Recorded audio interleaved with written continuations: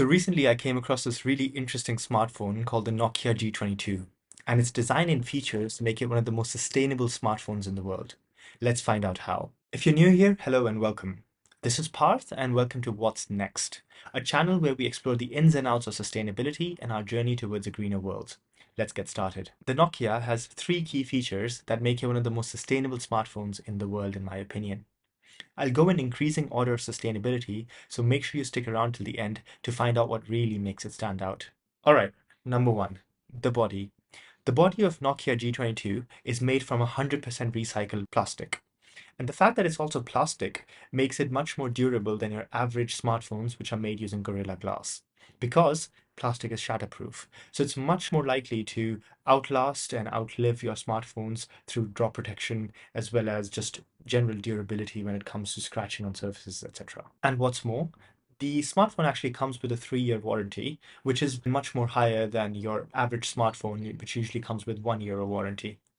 And the fact that it's a 3-year warranty means that you're actually less likely to throw it out, meaning that it's probably going to last longer and you won't have to replace as sooner, especially when it comes to cracking or any kind of damage that the phone may incur, which causes it to be replaced in normal circumstances. Now, you might say that recycled materials are usually found in more smartphones than not.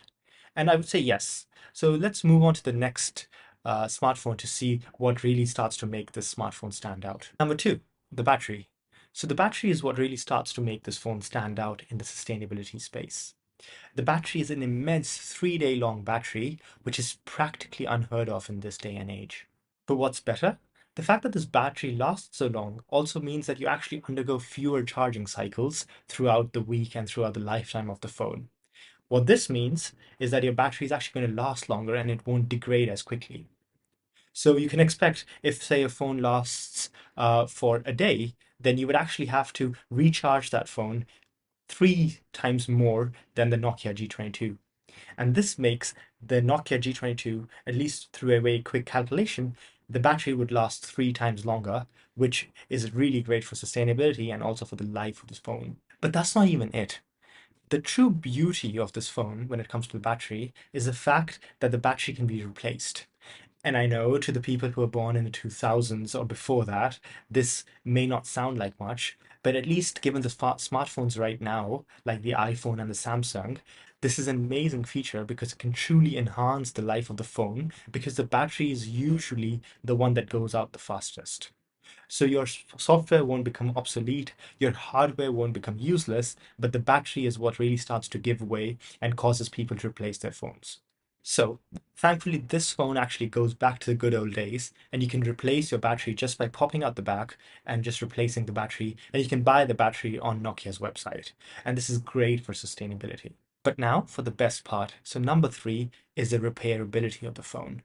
So we've already talked about how you can replace your own battery if it were to go bad, but the phone actually comes with a quick fix repairability standard, which allows it to be repaired at home in the ease of your own home by yourself. So this means that in the event if you were likely to crack your screen, you can actually replace that on your own by simply ordering a replacement kit through the iFixit website. And when they send you that kit, they have easy instructions that you can actually follow and replace the screen on your own.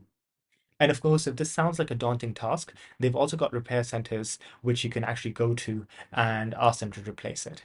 And the beauty of this is that the process is fairly transparent, so you won't be incurring charges that are exorbitant and potentially cost like 30 to 50% of your phone's actual cost.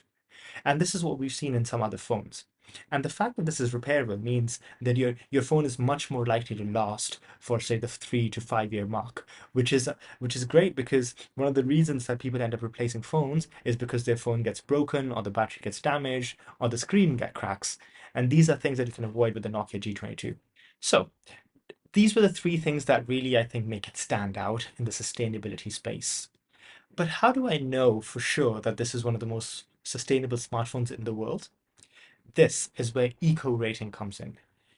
I just found this gem of a website, and what Ecorating does is it ranks and rates every single smartphone by how sustainable they are. So, for phones like Samsung, they usually have an eco rating from 60 to 80, with the Z Fold actually having a sustainability rating of 68 out of 100.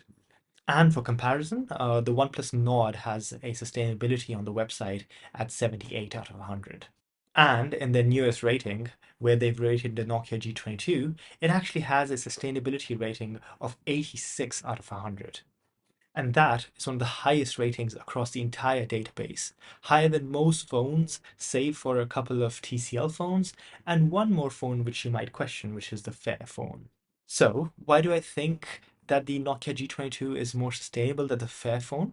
The phone which is known for being modular and for being known for its repairability?